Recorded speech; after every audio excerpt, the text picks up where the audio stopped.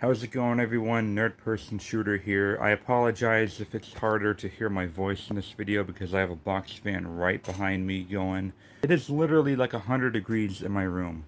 So I'm afraid that if I were to shut it off, I would die in front of all y'all. Anyway, so another Sony State of Play just happened. Like out of the blue. I didn't even know it was happening, which is why this video is like at least a day late. I was in the middle of playing Kingdom Come Deliverance 2 that I just got the other day at GameStop when I got a message about it. And so I decided to take a look at it, and holy crap. Remember when I said that the last State of Play was probably the best one they ever made? Yeah, I think that's no longer true. This State of Play, at least to me, was outstanding. I have a whole list of games that stuck out to me that I wrote down on a piece of paper in case I forgot in my head. I do this to Summer Game Fest too, which, by the way, you will see another video either this weekend or early on next weekend about me covering Summer Game Fest as well. But I want to make a whole video about this. I was thinking about doing like all of them all together, but I think there's enough to talk about at this state of play to warrant its own video. So right off the bat, they announced a game. I forgot what it's called, but this was like the first thing that they showed. It was like Pragmatic or something. I don't know. It looked like a sci-fi game where you were playing with the help of like a little girl. She kind of looks like the blonde-haired little girl from Aliens, but she helps you in combat. That looks pretty good, but I might not end up playing it just because of all these other games coming out that I need to take priority. Ah, god damn it, Sony. There are times when I hate Sony, right? But then there are times when out of the blue they just like smack you right with this, and it just hits me with all sorts of emotions. Anyway, moving on. The second game that they showed was a new trailer for Silent Hill F. This is a Silent Hill game that, once again, does not take place in Silent Hill. You play as like a girl, a teenage girl in like a school outfit, like a skirt, and I saw some gameplay of it of her whacking monsters with Jesus Christ. Oh my God. Zoloft withdrawal. Depression increase. I lose my memory. I lose my focus really fast. A pipe. There we go. That's the right word. I saw her hit enemies with a pipe. Didn't look too good. There was like a pause every time she made contact with an enemy. It almost kind of reminded me of Dragon's Dogma, but more jarring this time. I'm not really looking forward to this one. I don't really dig the whole like Japanese, the grudge type stuff. You know, a lot of people find it really scary. I don't. The atmosphere just isn't really there for me. But the reason why I am mentioning it is because it's a pretty big release. We don't get a lot of Silent Hill games these days. Well, there was a remake of 2 last year, but that doesn't really count. So this is like the very first full-length new Silent Hill game we've gotten since Downpour in like 2012, I believe. So yeah, still a big deal. Doesn't look great, but you know what? I might end up buying it anyway, just because it'll give me something to make for Halloween, a review for Halloween, like a week before that. It comes out September 25th, so yeah, hopefully it ends up better than I think it will be. We'll see. Now this next game caught me by surprise. I am a big fan of this series. Well, maybe not so much the last one, the last mini one that came out. But Bloodstained: The Scarlet Engagement is a new 2D Metroidvania from the Bloodstained series. I really loved Ritual of the Night. I ranked it my third favorite game of 2019 behind The Outer Worlds and Resident Evil 2 Remake. But looking back, Ritual of the Night might be my favorite game of 2019. I think I messed up there on my ranking. There was almost nothing I didn't like about Bloodstained Ritual of the Night. It was like a near perfect Metroidvania game in like every sense. And if Bloodstained: The Scarlet Engagement is as good or even better, it could easily become my favorite game of 2026, and I'm definitely looking forward to that. I really liked the first Curse of the Moon game. I didn't really get into the Curse of the Moon 2 just because it seemed like really cheap and difficulty. That's besides the point. I loved Ritual of the Night, and this one seems to be more like that. So yeah, that's coming next year. Final Fantasy Tactics is getting a remaster. That looks great. I'm looking forward to that. Something different. I don't think I ever tried Final Fantasy Tactics before, so I think I'm gonna pick this up too. It's gonna include both the original look and the enhanced edition, so it'll be nice for old and new fans alike, I think. Ninja Gaiden Ragebound is a kind of a 2D Ninja Gaiden game that looks more like the original ones on the NES. Hopefully they're not anywhere near as hard as the originals. I am planning on playing this. I think it's going on Game Pass, on Xbox Game Pass, so the chances of me getting it on PS5 are slim to none. I'd rather just play all the Ninja Gaiden games on Xbox, considering most of them are on Game Pass. So I am planning on getting, or at least playing, Ninja Gaiden Ragebound at some point. Probably not at release, but definitely on my radar. Mortal Kombat Legacy Collection. Now this is one I'm really looking forward to. I wasn't at first when I first heard about it, because back in 2011 I bought the Mortal Kombat Arcade Collection, which only included 1, 2, and Ultimate MK3. But the thing that sucked about that was that because they were arcade ports, the enemy AI was pretty much impossible. It was doing the whole, you have to die over and over, give me all your quarters, and then I'll eventually let you beat me. That doesn't translate well to console when you've already owned the game. I don't know what you want from me, AI, okay? This ain't 1995 anymore. I bought you. Let me beat you. But I did some more research on the Legacy Collection. It turns out they are going to include ports from like the Sega Genesis, which are my favorite ones, as well as the Super Nintendo versions, the Game Boy versions, Game Boy Advance versions. I believe they're also coming out with a...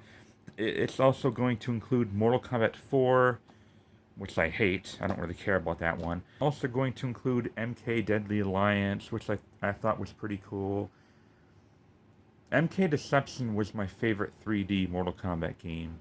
And if that's gonna come on this, I'm definitely getting that. Because I fucking loved Mortal Kombat Deception back in the PS2 days. I loved being able to play that chess mini game and stuff, the puzzle fighter. It was really awesome. Really good bang for your buck for $50 back in the day. So I'm most likely going to get the MK Legacy Collection. I don't think we have a release date for that yet. I looked on the store and put it on my wish list.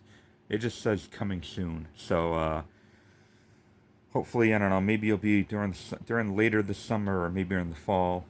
I don't know. They showed more Metal Gear Solid Delta Snake Eater. This is the remake of Metal Gear Solid 3 Snake Eater. It comes out August 28th. We've known that before. And, you know, I'm not a big fan of Metal Gear Solid, even though I did really enjoy the Phantom Pain, in terms of gameplay at least.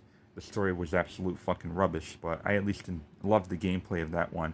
But the more footage they showed of it, the more I'm just like, They had a shot. I think it was during the segment where he was fighting the end boss fight, the old man with a sniper rifle, and I saw a camera angle from really far away, like almost top down view, and I'm like, no, we are not going back to the top down view of Metal Gear Solid.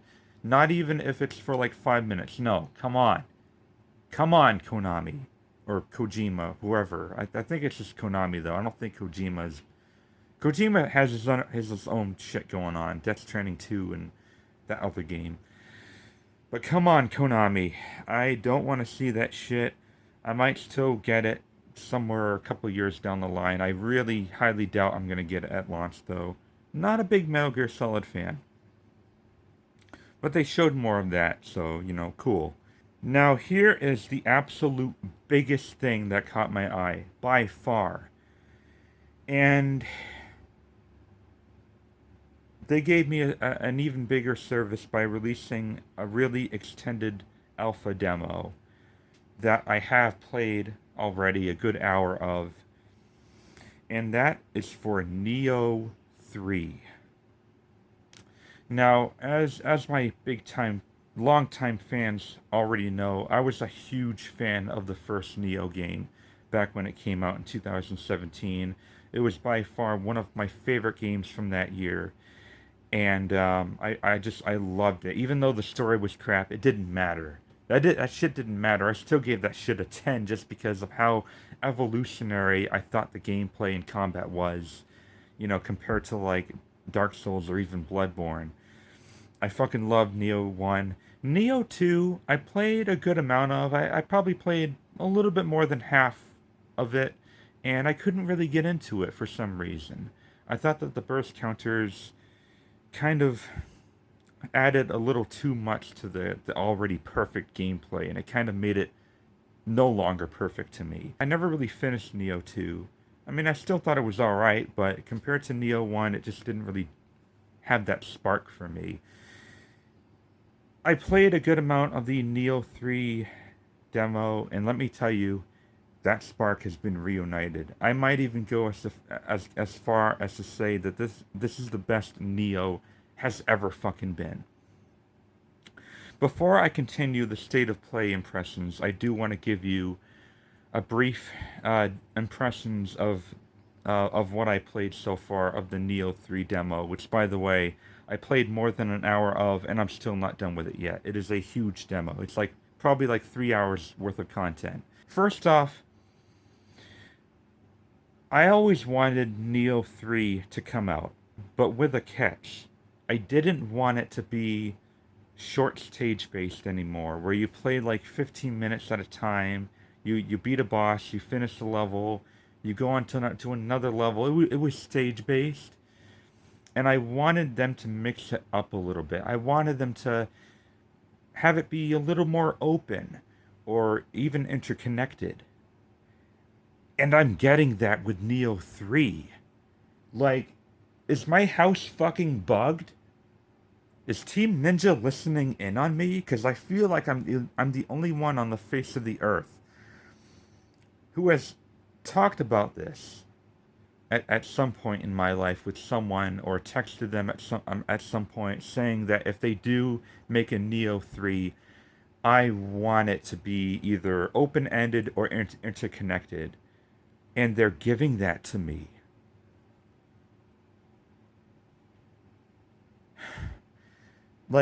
Chapter 1 was enough to sell me. Because, not only are they keeping everything great about the combat, the burst counters don't seem quite as obnoxious as they were in 2. They seem a little easier for me to time, at least. Maybe that's only because I've been playing a ton of games where I fucking parry, like Expedition 33, so maybe I'm just used to parrying and timing attacks and shit. Then again, I suck to Onimusha too, so what do I know? But anyway, they added a ninja combat aspect, or a combat style that is so easy to transfer to. All it takes is pressing the R2 button to go from samurai style, which is basically your entire experience from Neo 1 and 2, to ninja style, with different weapons, faster, albeit maybe not nearly as strong attacks as a samurai, but much faster, you're much quicker, and I'm already in love with it. This is already the best action RPG I've played all year long so far, and it's a demo. But even better, they opened up the game. Chapter 1 was more like a stage based thing, like Neo 1 and 2, but Chapter 2 really opens it up to you, and it opens up this. So it even has a map where you get to explore like this big, huge open world map. Maybe it's still stage based, but it's open to a point where I don't mind it. Maybe there's only like 8 or 10 chapters to the whole game, as opposed to like 70 chapters or 70 stages, you know? So it's probably less repetitive this time around. Now, like the first two Neo games, this alpha demo is no different from those first two demos where things feel a little on the unbalanced side in favor of the enemy. It is a little too hard in certain areas, or a little too hard with certain enemies that can just overwhelm you and kill you in a matter of like 2 seconds. But I still didn't mind it, you know. This being more open world, I'm kind of in the mindset where maybe I shouldn't explore too much. As opposed to in the first two Neo games where I feel pressured into fighting everything the first time I see it because of its linearity. I don't really have that problem with the Neo 3 demo because of how big and expansive it is. It's kind of like Elden Ring, where if you come across a boss or mini boss that's too hard, you can come back to it. I don't think there's a marker. I don't think there's a marker system for it. That is something they should add for the final product. Is a marker system, so you don't forget. You know, you can come back. You'd be like, oh wait, yeah, I did place a marker there for a hard enemy. Maybe I've leveled up enough times to go back and beat it. But other than that, man, I adore Neo 3's demo. It is by far like one of the best demos I've ever played. Like we're talking like top three. I can't even think of a demo that's better. It's probably for all I know, it's probably the best demo I ever played. If you guys have a PS5 and you don't mind challenging action games like Dark Souls, like if you have a little bit of experience with challenging Souls likes, I definitely recommend you play Neo 3 right away. And I say right away because unfortunately this alpha demo is a limited time demo. It's only going to be up for a couple weeks. It sucks. Hopefully they'll have another demo out near the end of the year or closer to release in early 2026. But I highly recommend you guys check out the Neo 3 demo. I've been having a ton of fun with it so far. It's only a demo, and I already love it more than Neo 2. And maybe even more than Neo 1. Which means that this might end up being my game of the year in 2026.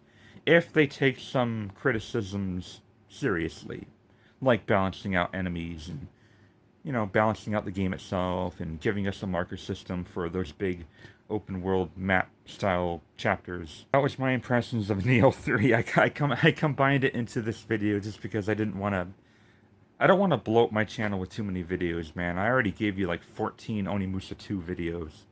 So I just didn't want to overdo it. And right after that, they showed us that they're giving us more Astrobot updates, like free DLC. I kind of regret selling Astrobot. I sold it after I platinumed it and did another DLC that was already out by the time I had platinumed it.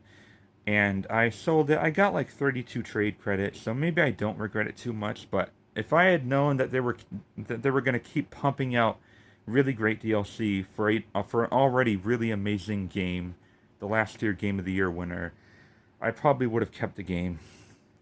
But yeah, there's more Astrobot content. If I ever see Astrobot on sale again for like $30, I'll probably pick it up again. I loved it, but you know, I thought I was done with it, but apparently they decided to give us even more Astrobot stuff. There is a new indie game coming out in a couple months by the same studio that gave us, I believe, Journey and also Flower, and it's called Sword of the Song. Now, I wasn't a huge fan of Journey. I liked it, but I don't think it deserved all the Game of the Year awards that it got back in 2012. just because it was only like 2 to maybe 3 hours long tops, and there wasn't much gameplay substance in terms of it being a $15 game. I thought it was a little bit of a rip-off in terms of substance. But that besides, I always loved the art style of Journey. I always thought it was a gorgeous game.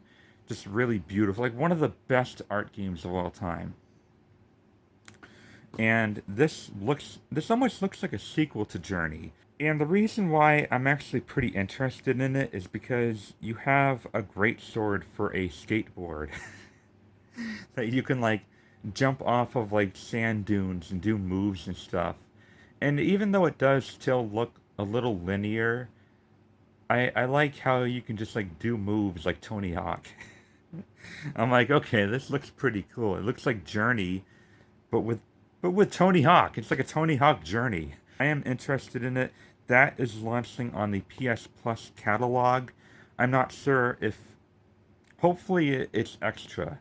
Hopefully, you don't need the premium to play it. It's only on extra.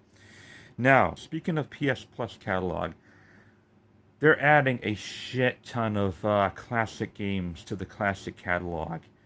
And quite a few of them are some of my favorite games ever. We are getting, and this is coming in a couple weeks, and I am losing my shit. I'm about to have a fucking heart attack right now. We are getting Deus Ex, The Conspiracy from PS2. That is the PS2 part of the original Deus Ex game on PS5. Now, granted, it's The Conspiracy. It's not as good as the original PC release of Deus Ex, but it is fucking Deus Ex. We are finally getting the original Deus Ex on a modern console platform. That is a massive deal to me. I love Deus Ex. It's one of my absolute favorite franchises ever.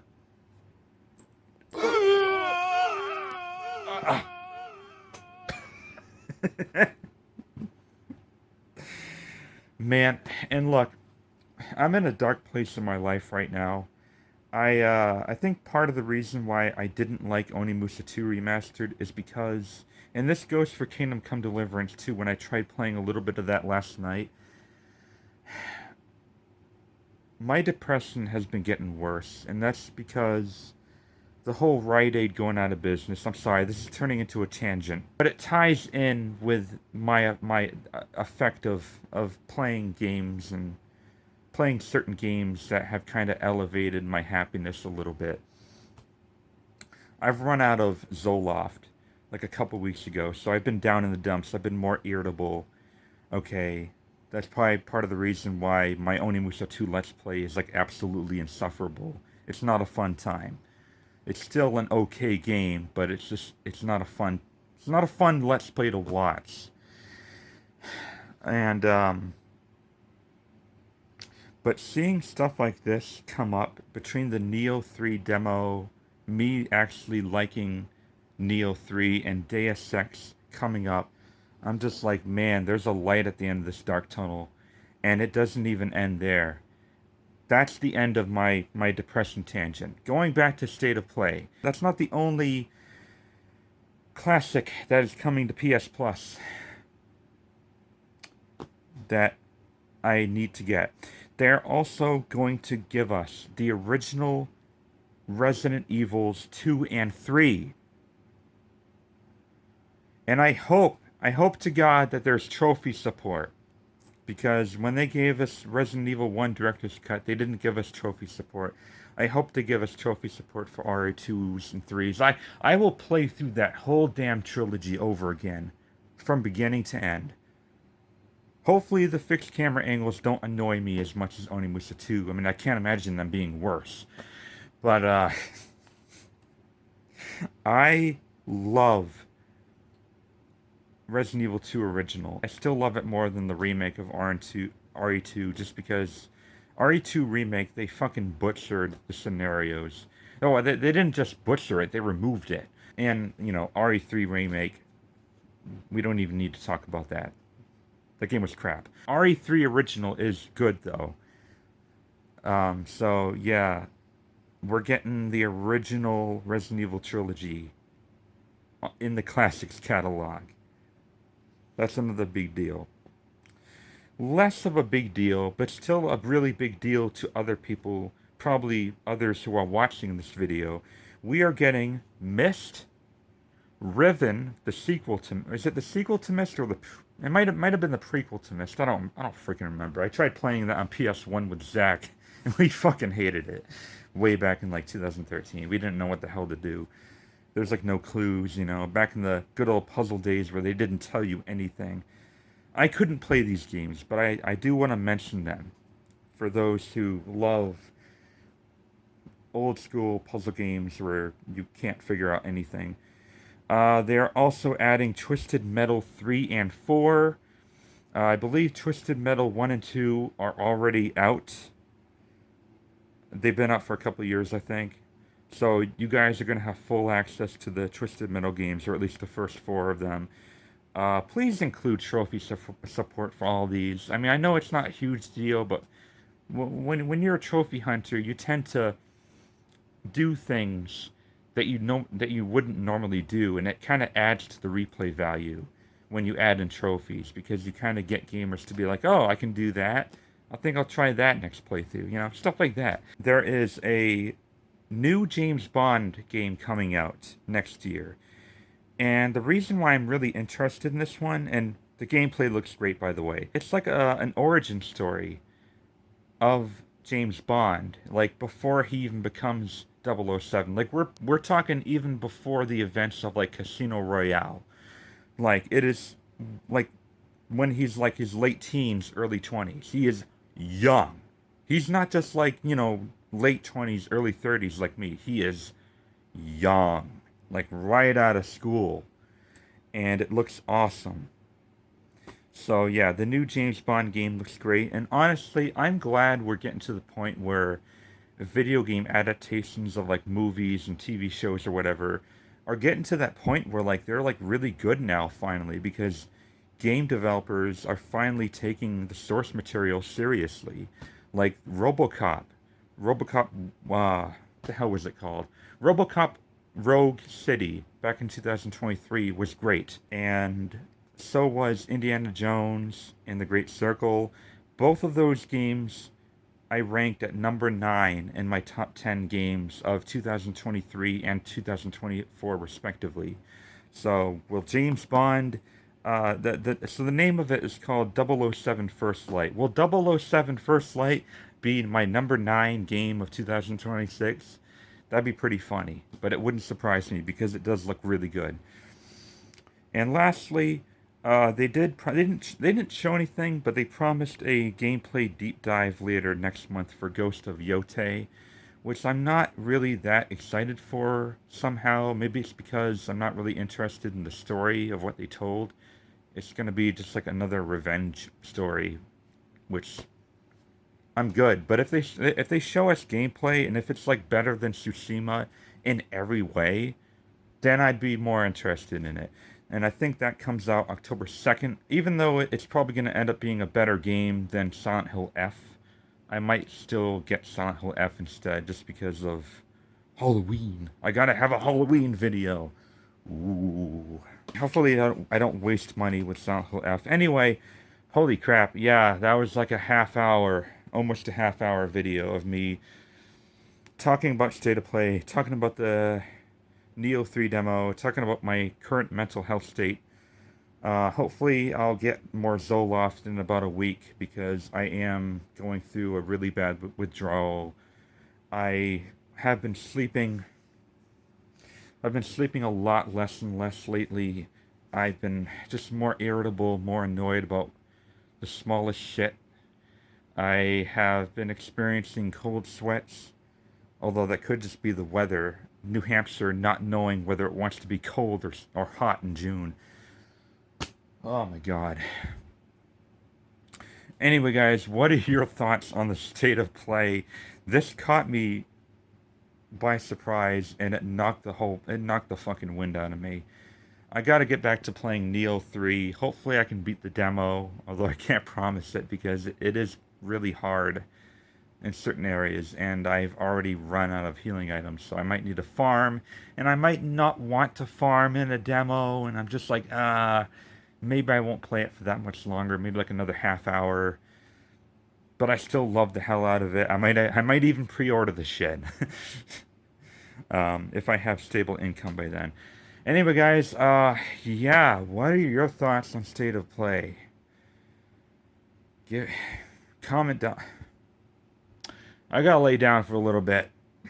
This is a lot to process, so, thanks a lot, Sony. You damn near killed me. Thank you for watching.